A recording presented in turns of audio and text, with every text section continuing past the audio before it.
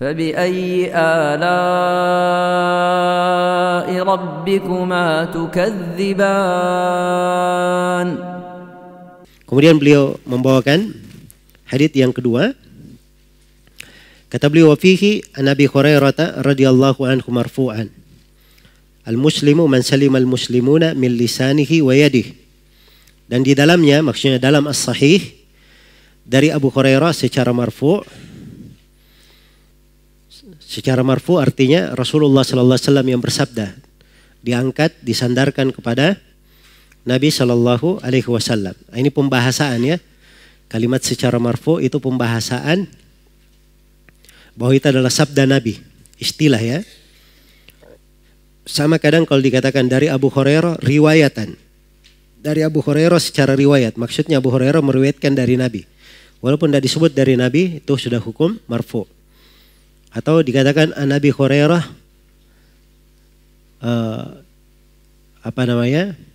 yunmihi. Yunmihi artinya dia sandarkan kepada Nabi sallallahu alaihi wasallam. Itu ada istilah-istilah dipakai bahwa itu disandarkan kepada Nabi sallallahu alaihi wasallam. Baik. Sebelum saya baca haditsnya, ini pertama penulis katakan dalam as-sahih. Jadi terkesan seakan-akan ini dalam kitab Sahih Bukhari atau Sahih Muslim. Ya. Haditsnya betul dalam riwayat Bukhari dan Muslim ada, tapi bukan dari hadits Abu Hurairah. Adapun riwayat Abu Hurairah itu di luar as-sahih. Haditsnya sahih, tapi diriwayatkan oleh At-Tirmidzi, An-Nasai, Ibnu Hibban dan Al-Hakim. Itu hadits Abu Hurairah. Tapi sanadnya sahih juga. Adapun di dalam Sahih Bukhari dan Muslim itu dari hadits Abdullah bin Amr bin As, riwayat Bukhari dan Muslim, dan juga hadits Abu Musa al-Asy'ari, riwayat Bukhari dan Muslim, dan ada juga dari hadits Jabir, riwayat Muslim saya. Riwayat Muslim saya. Ini kalau kita detailkan ya dari sisi riwayatnya. Semuanya sama lafadznya. Al-muslimu man salimal muslimuna min lisanihi wa yadihi. Seorang muslim itu adalah siapa yang kaum muslimin selamat dari gangguan lisan dan tangannya. Seorang muslim adalah siapa yang kaum muslimin selamat dari gangguan lisan dan tangannya. Saya poinkan dua pembahasan. Diperhatikan baik-baik dua pembahasannya. Di halaman 20. Ya, yang pertama, al-islamu laisa maqsuran ala arkanil islam, bal ya'ummu ghairaha minal wajibati wal mustahabbat. Islam itu tidak terbatas pada rukun-rukun Islam saya. Islam tidak terbatas pada rukun Islam saya. Tapi Islam itu juga meliputi selain dari rukun Islam, dari kewajiban-kewajiban dan sunnah-sunnah. Iya. Jadi setelah disebutkan oleh penulis tafsir rukun Islam, jangan dipahami bahwa Islam itu pada rukunnya saya. Tidak. Islam itu lebih umum daripada itu.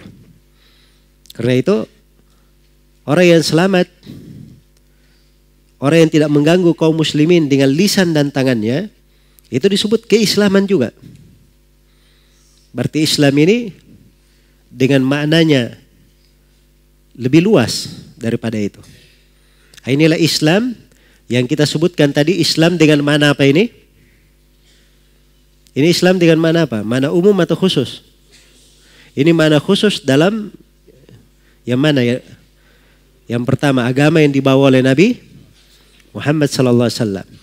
Ya, agama yang dibawa oleh Nabi sallallahu alaihi wasallam itu mencakup rukun Islam, kewajiban-kewajiban, sunnah-sunnahnya ada semua di dalamnya. Itu agama yang dibawa oleh Nabi Muhammad sallallahu alaihi wasallam. Jelas sampai sini? Baik. Jadi ini sisi pendalilan penulis. Agar kita paham bahwa tafsir Islam itu luas. Tafsir Islam itu luas. Baik. Jadi kalau dilihat dari sisi amalan, ya, dari sisi amalan, keislaman itu sama dengan keimanan. Banyak cabang-cabangnya. Iya. Banyak bentuknya. Banyak bentuknya. Tapi kalau dilihat dari sisi seseorang masuk ke dalam Islam, ya, terkait dengan hatinya, ya seorang masuk ke dalam Islam itu hanya satu saja. Dia masuk ke dalam Islam. Baik. Jadi itu mungkin pengarahan yang perlu dipahami di sini di dalam membedakan antara Islam dan iman. Baik. Kemudian pembahasan yang kedua, minal islami hifdzul lisan. Itu al-lisan pakai alif ya, kurang alifnya. Minal islami hifdzul lisan wal yadi min adiyatin nas. Dari keislaman menjaga lisan dan menjaga tangan dari mengganggu manusia. Al-muslimu, seorang muslim itu pakai alif lam di situ ya, seorang muslim, al-muslimu. Artinya ini menunjukkan kelengkapan Islamnya, kesempurnaannya. Itu alif lamnya lil kamaliyah namanya, menunjukkan kesempurnaan Islamnya. Seorang muslim yang sempurna Islamnya itu man salimal muslimuna min lisanihi wa yadihi. Siapa yang kaum muslimin selamat dari gangguan lisan dan apa? Tangannya. Nah, itu kalau dia punya keislaman yang benar, dia punya kekhawatiran.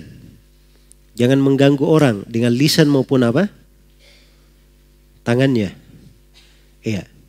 Jadi itu pokok dia pelihara. Ya. Kadang sebagian orang kalau dia tidak punya sikap ini cuek saja dalam hidupnya. Ya dia mau jalan, mau apa, yang penting saya aman. Orang terganggu, ya itu bukan urusan saya. Ini kadang sebagian orang seperti itu ya. Dan ini tidak benar. Itu bukan dari akhlak yang baik. Bahkan seorang muslim itu dia selamat lisan dan tangannya dari mengganggu kaum muslimin yang lain. Dia perhatikan. Dia pikirkan dari perbuatannya.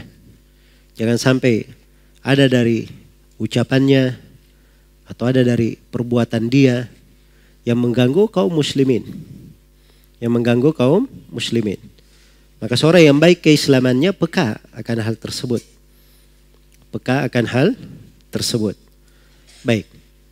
Dan terkait dengan masalah menjaga lisan, ini satu sudut pembahasan. Banyak pendalilannya. Diterangkan tentang etikanya, keutamaannya, kebaikannya, dan bagaimana bahayanya orang yang tidak menjaga lisan.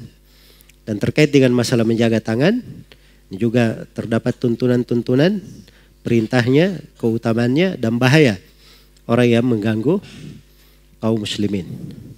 Jelas ya? Maka ini berbicara tentang kesempurnaan Islam. Ya, adapun gemar mengganggu, ya, gemar ribut-ribut, nah, ini bukan hal yang merupakan sifat umat Islam. Ya, mau dinamakan itu jihad, mau dinamakan bela Islam, ya, mau dinamakan apa, namanya sama saja. Semuanya yang kalau dia mengganggu manusia itu bukan bagian dari apa? Keislaman. Iya. Karena itu di dalam sebuah hadits diriwayatkan oleh Imam Ahmad dan selainnya dari Mu'ad bin Anas radhiyallahu anhu, Rasulullah sallallahu alaihi wasallam bersabda, "Man qata'a atau man dayyaqa manzilan wa qata'a tariqan aw adha mu'minan fala jihadalah." Barang siapa yang menyempitkan tempat orang singgah. Jadi ada misalnya jalan, orang biasa singgah di situ berteduh. Ya, sekarang kalau istilah orang dulu kan pohon-pohon orang berteduh di situ. Ya, disempitkan jalannya. Nah, ini yang diancam dalam hadits. Ya kalau kita sekarang sudah jalan ada halte tempat menunggu kendaraan di situ disempitkan pula. Ya, ini masuk di dalam apa? Larangan. Siapa yang mempersempit tempat singgahnya orang. Au qata'a tariqan. Atau dia memutuskan jalan orang. Ya, gara-gara perbuatannya jalan tidak boleh dipakai. Ya. Nah, ini mencakup banyak orang ya. Ada yang santai sekali bikin acara, cuman bikin acara apa? Dia potong jalan. Ya, pasang pelang dari sana sampai sana, nggak bisa orang lewat. Ya, akhirnya lewat mutar sana sini, macet sana sini. Ya, nggak merasa bahwa mengganggu orang. Jelas ya? Ya, Jangankan di dalam hal yang seperti itu, dalam hal yang boleh saja, itu harusnya seorang lebih berpikir. Misalnya dalam acara ada yang menikah misalnya, itu kan hal bagus ya. Acara pernikahan dia potong jalan orang. Ya betul dapat izin, tapi namanya mengganggu jalan. Kenapa dia tidak sewa gedung atau di mana? Ya, jelasnya supaya tidak mengganggu orang. Sebab ini mengganggu orang perkara yang harus dia pikirkan. Mengganggu orang lewat. Baik. Jadi siapa yang mempersempit tempat singgahnya orang atau memutus jalan atau dia mengganggu seorang mukmin, maka kata Nabi tidak ada jihad bagi dia. Tidak ada jihad bagi dia. Jadi kalau ada orang keluar jihad fisabilillah, jihad benar dipimpin oleh imam tapi dia melakukan 3 hal ini, itu dihitung oleh Nabi tidak jihad bagi dia. Apalagi dia cuma keluar begitu saja. Ya pergi piknik tamasya namanya katanya. Apa yang dia dapat? Ya. Makanya seorang harus memahami ya, hadits-hadits yang seperti ini penting dalam kehidupan. Kalau ada kemungkaran, ada hal yang keliru, diselesaikan dengan cara yang benar. Diselesaikan dengan cara yang benar. Ada caranya dalam Islam menyelesaikannya. Namanya umat Islam berpegang dengan syariat, berpegang dengan Islam. Itulah as-siratal mustaqim, jalan yang lurus.